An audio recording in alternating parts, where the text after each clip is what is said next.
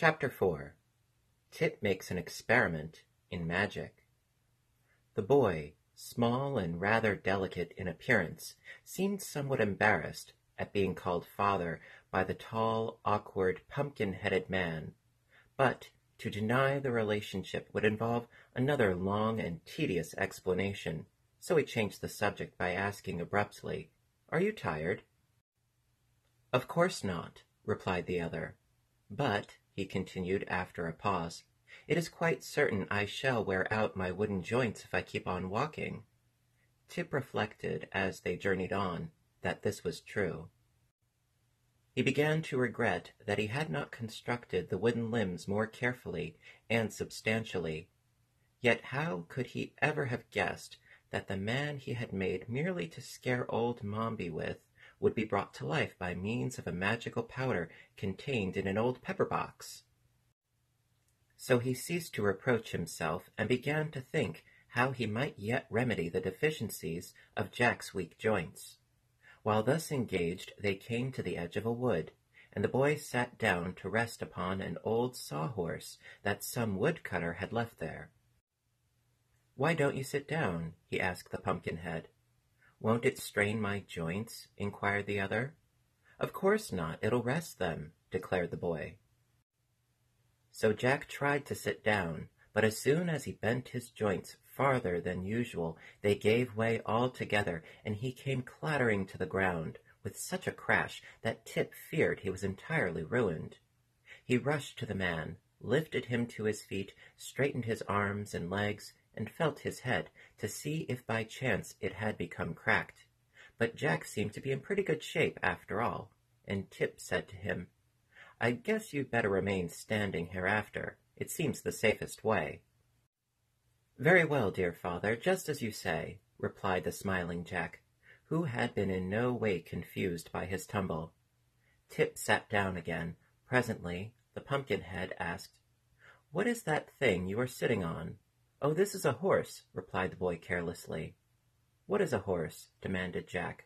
"A horse? Why, there are two kinds of horses," returned Tip, slightly puzzled how to explain.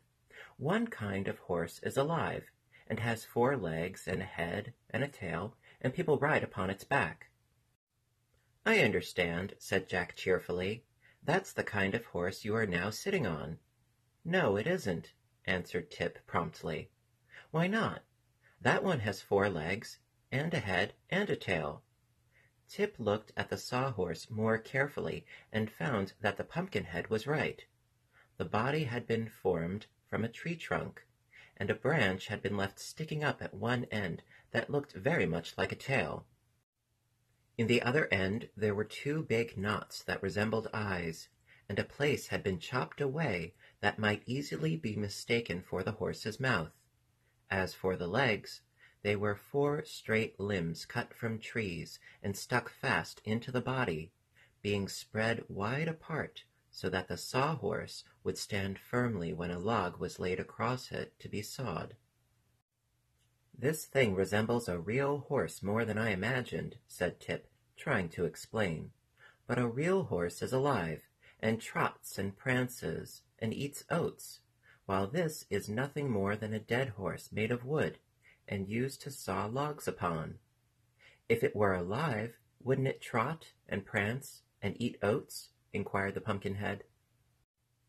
"It would trot and prance, perhaps, but it wouldn't eat oats," replied the boy, laughing at the idea. "And of course it can't ever be alive because it is made of wood." "So am I," answered the man. Tip looked at him in surprise. "Why, so you are," he exclaimed, "and the magic powder that brought you to life is here in my pocket." He brought out the pepper box and eyed it curiously. "I wonder," said he musingly, "if it would bring the sawhorse to life." "If it would," returned Jack calmly, for nothing seemed to surprise him, "I could ride on its back, and that would save my joints from wearing out." "I'll try it," cried the boy, jumping up. "But I wonder if I can remember the words old Mombi said, and the way she held her hands up." He thought it over for a minute, and as he had watched carefully from the hedge every motion of the old witch, and listened to her words, he believed he could repeat exactly what she had said and done. So he began by sprinkling some of the magic powder of life from the pepper box upon the body of the sawhorse. Then he lifted his left hand with the little finger pointing upward and said, "Weog." "What does that mean, dear father?" asked Jack curiously. "I don't know," answered Tip. Then he lifted his right hand with the thumb pointing upward and said, "Teog." "What's that, dear father?" inquired Jack. "It means you must keep quiet," replied the boy, provoked at being interrupted at so important a moment. "How fast I am learning," remarked the Pumpkinhead, with his eternal smile.